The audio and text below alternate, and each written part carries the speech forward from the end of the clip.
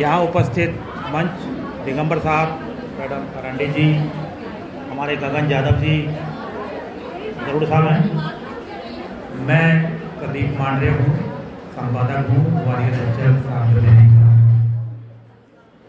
और यहाँ मुझे गगन यादव जी ने पत्रकारिता पर अपने विचार व्यक्त करने के लिए आमंत्रित किया है।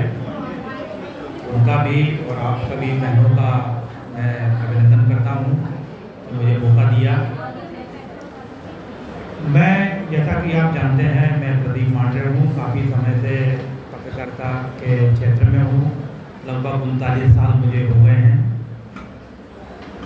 मेरा मानना है कि आज चाहे राष्ट्र हो, चाहे समाज हो, चाहे कॉलोनी हो, चाहे मोहल्ला हो या अपना घर हो, यहाँ जो समस्याएं हैं उसकी वजह यह है कि हम अपने आसपास जो हो रहा है उसमें अधिकृत जानकारी लेना नहीं चाहते हैं।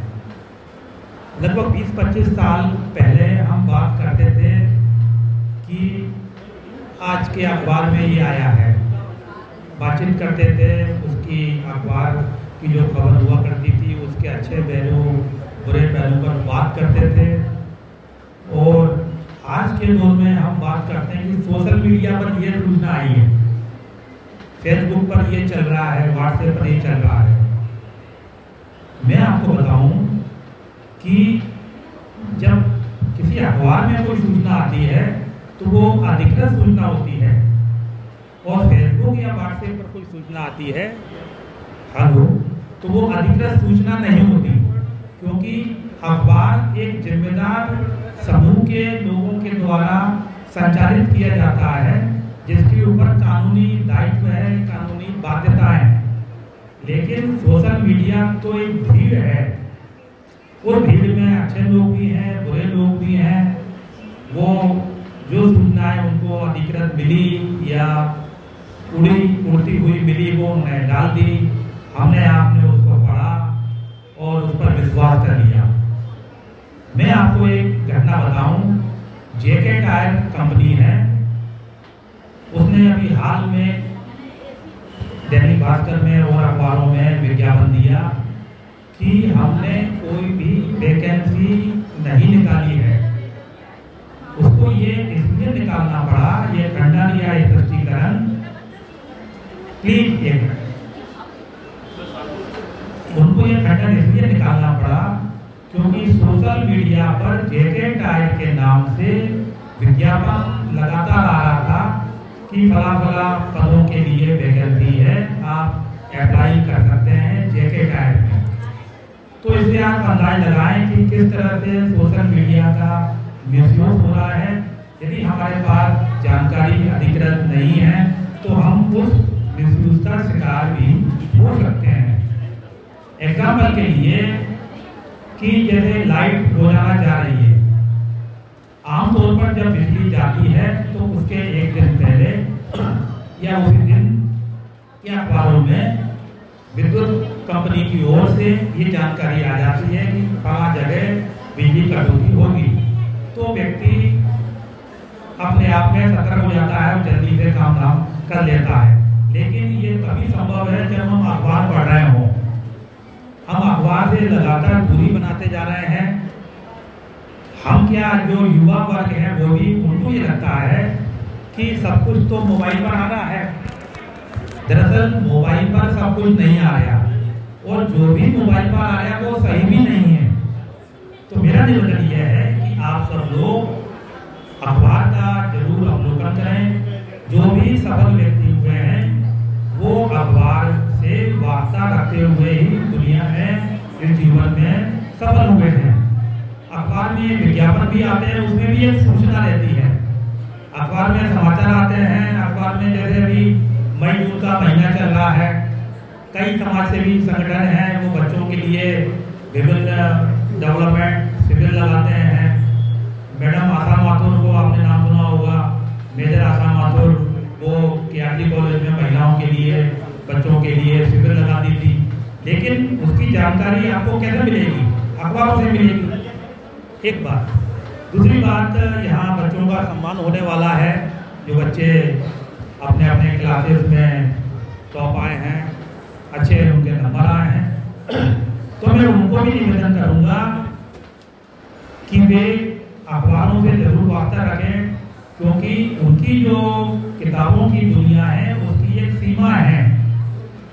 आपको आगे बढ़ना है तो जो अखबार है, विभिन्न प्रकार के समाचार माध्यम है, जब तक उन तक आप अध्ययन नहीं करेंगे आपको आने वाले जीवन में दिक्कतें आएंगी।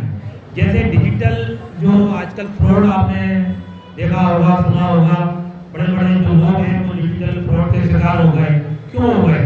क्योंकि जब रोज अखबार में आया है, क्राइम ब्रांच ये बता रही है कि आपको जो अननोन जो कॉल है उसको अटेंड नहीं करना है।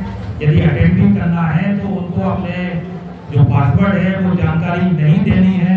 इसके बावजूद भी लोग शिकार हो जाते हैं क्योंकि वो अखबार नहीं पढ़ रहे हैं।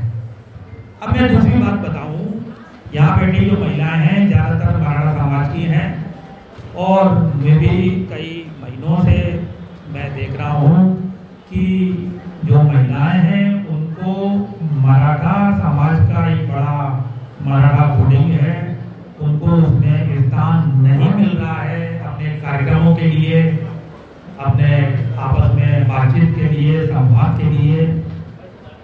और इन सब महिलाओं ने समय समय पर जो पदाधिकारी हैं उनसे भी निवेदन किया है। मैं आपको इसका सोल्यूशन बताता हूँ, स्थायी सोल्यूशन। तो आपको किसी को निवेदन करने की जरूरत नहीं पड़ेगी, वो बोर्डिंग भी आपका हो जाएगा। मध्य प्रदेश हाईकोर्ट ने अपने 2 ऑर्डर में ये साफ डायरेक्शन दिया है कि महिलाएं भी मराठा बोर्डिंग की मेंबर बन सकती हैं। और ये लगभग 10 साल पहले दिया था। मैडम पाटिल जो पार्षद हैं उन्होंने रिट लगाई थी, उसके मामले में दिया। फिर एक मैडम दोंड है, करीब 4-5 साल पहले उन्होंने भी एप्लीकेशन लगाई थी रिट हाईकोर्ट में। उस मामले में भी हाईकोर्ट ने दिया कि जो मराठा समाज की महिलाएं हैं वो महाराष्ट्र क्षत्रिय हित चिंतक सभा की मेंबर बनने की हकदार हैं, पात्रता रखती हैं। अब ये हमारा भी थोड़ा सा ये कहें कि संकुचित दायरा है कि हम मेंबरशिप के लिए प्रयास नहीं कर रहे हैं। अभी मैं मैडम फर्नांडिस से इस बारे में बात कर रहा था, वो पूछ रही कि कैसे अप्लाई करें। मराठा समाज की जो महिलाएं हैं मेंबर बनना चाहती हैं, वो अध्यक्ष ही शायद बाल राजेश सिंधे अध्यक्ष जी हैं, धर्मेंद्र गायकवाड़ सेक्रेटरी हैं। उनसे मांगे फॉर्म कि हमें मेंबर बनना है। मिस्टर विवेक फाल्के ट्रस्टी हैं, बाजीराव सुर्वे ट्रस्टी हैं, उनसे मांगे। तो एक प्रयास तो आप लोग शुरू करें कि हमें मेंबर बनना है। वो मेंबर आपको बनाने से रोक नहीं सकते हैं, क्योंकि ये कानूनी प्रक्रिया है। यदि वो रोकते हैं तो वे न्यायालय की अवमानना के हकदार होंगे। फिर आपके पास ये स्टेप रहता है कि आप कैसे आगे बढ़ें, अपने वकील के जरिए, समाजसेवी संगठनों के जरिए, हम जैसे पत्रकारों के जरिए, कि हमें इन्होंने मेंबरशिप नहीं हमें बनाई, मेंबरशिप बनने से रोका। फिर हम उनसे पूछ सकते हैं कि 5 महिलाएं आपके पास आई थी, 10 महिलाएं आपके पास आई थी, आपने क्यों मेंबर नहीं बनाया? क्या हाईकोर्ट का जो कानून है वो आपके ऊपर लागू होता है या नहीं? तो आप लोगों को ही आपके अधिकार चाहिए, ये आपको ही तय करना है। हमारे साथ दिगंबर जी बैठे हुए हैं, लगातार समाज की सेवा कर रहे हैं, वो भी आपसे इस बारे में बात करेंगे। धन्यवाद।